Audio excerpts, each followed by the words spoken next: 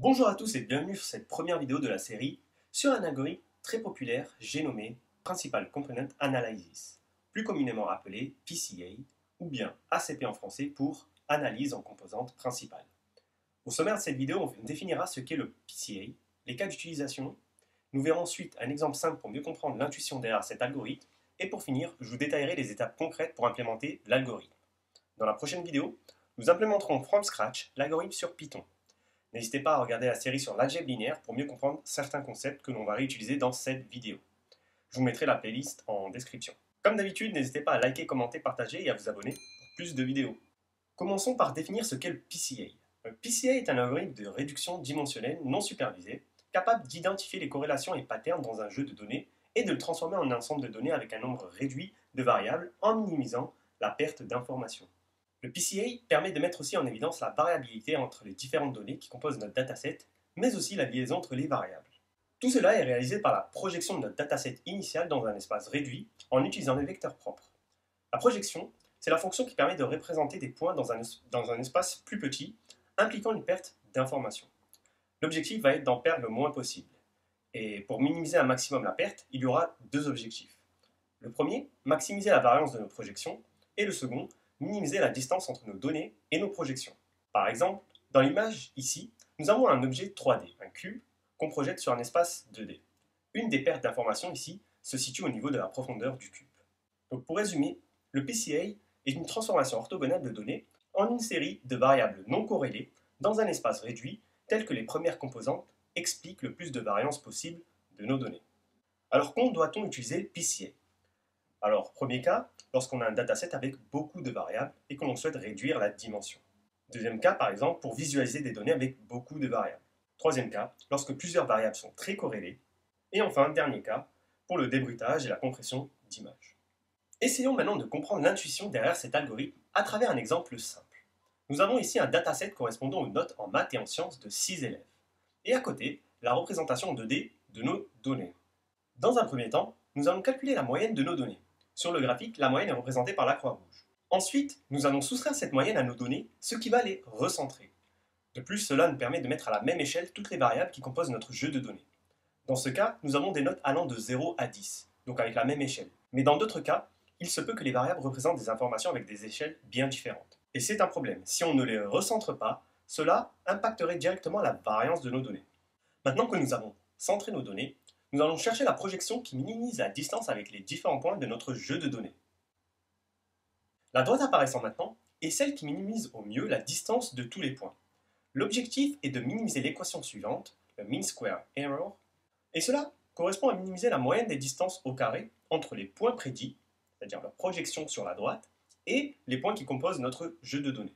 Après avoir trouvé notre droite, nous allons graphiquement déduire les coordonnées de notre premier vecteur propre. Ici, les coordonnées de ce vecteur correspondent à 2 pas vers la droite sur l'axe des abscisses et 1 pas vers le haut sur l'axe des ordonnées. Ce qui nous donne le premier vecteur propre, donc notre première composante, PC1, avec les coordonnées 2, 1. On n'oublie pas de normaliser notre vecteur par sa norme pour obtenir un vecteur unitaire, car on cherche à obtenir à la fin une base orthonormale. Donc ici, nous avons obtenu notre première composante. Essayons maintenant de trouver la seconde. Pour cela, rien de plus simple, il suffit de prendre la droite perpendiculaire, car nous sommes sur un plan à 2 dimensions, ou bien orthogonale, à la première droite trouvée. Et on résout graphiquement pour trouver le second vecteur propre, PC2, en faisant un pas vers la droite sur l'axe des abscisses et 2 pas vers le bas sur l'axe des ordonnées. Ce qui nous donne la deuxième composante, PC2, avec les coordonnées 1, moins 2, que l'on va aussi diviser par sa norme. Donc voilà, nous avons trouvé nos deux vecteurs propres, car nos données ne comprennent que 2 dimensions. Maintenant, essayons de projeter nos données par rapport aux nouvelles projections trouvées. Donc pour cela, on reprend notre dataset initial, on met sous forme de matrice notre dataset auquel on soustrait la moyenne, et on va calculer le produit matriciel entre nos données centrées avec les composantes que nous avons calculées juste auparavant. Ce qui va nous donner cette nouvelle projection avec en abscisse l'axe PC1 et en axe des ordonnées PC2. On peut maintenant analyser nos projections. On remarque clairement ici 2 clusters, un premier cluster composé des élèves ayant eu des bonnes notes et un second cluster avec les élèves ayant eu des moins bonnes notes. Maintenant, essayons de calculer la quantité d'informations retenues par nos deux nouveaux axes. Comme nous avons résolu ce problème graphiquement, nous n'avons pas pu calculer les valeurs propres qui nous auraient permis d'obtenir cette information. Mais il y a un moyen simple de l'obtenir.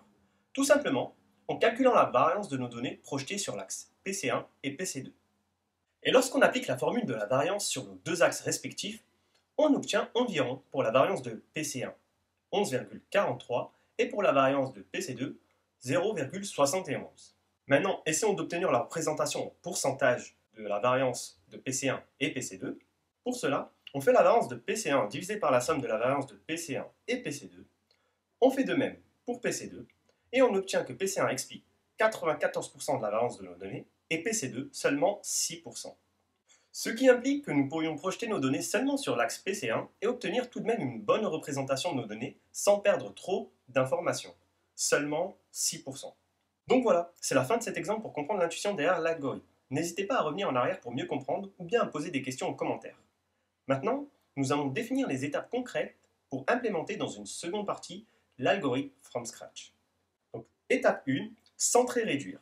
Donc, cette étape, aussi appelée standardisation, permet de mettre à la même échelle les valeurs des différentes variables qui composent notre dataset. Donc, mathématiquement, cette opération se réalise en soustrayant la moyenne et en divisant par l'écart type pour chaque valeur de chaque variable. La seconde étape est de calculer la matrice de covariance. La matrice de covariance permet de détecter les variables qui sont fortement liées ou pas. La covariance est calculée sur chaque paire des variables contenues dans notre dataset. L'algorithme peut, grâce à cette étape, savoir quelle variable réduire sans perdre trop d'informations. Étape 3, calcul des vecteurs et valeurs propres. Ils permettent de déterminer les composantes principales de notre dataset. Les vecteurs propres forment une base orthonormale de notre dataset et une des propriétés intéressantes, c'est que leur direction reste inchangée quelle que soit la transformation qu'ils subissent. Les vecteurs propres déterminent la direction de notre nouvel espace et les valeurs propres, la quantité d'informations, variance, retenues par les vecteurs propres. Étape 4, tri des valeurs propres et projection. Donc pour appliquer notre projection sur notre nouvel espace réduit, on doit décider quels vecteurs propres garder et lesquels on doit mettre de côté.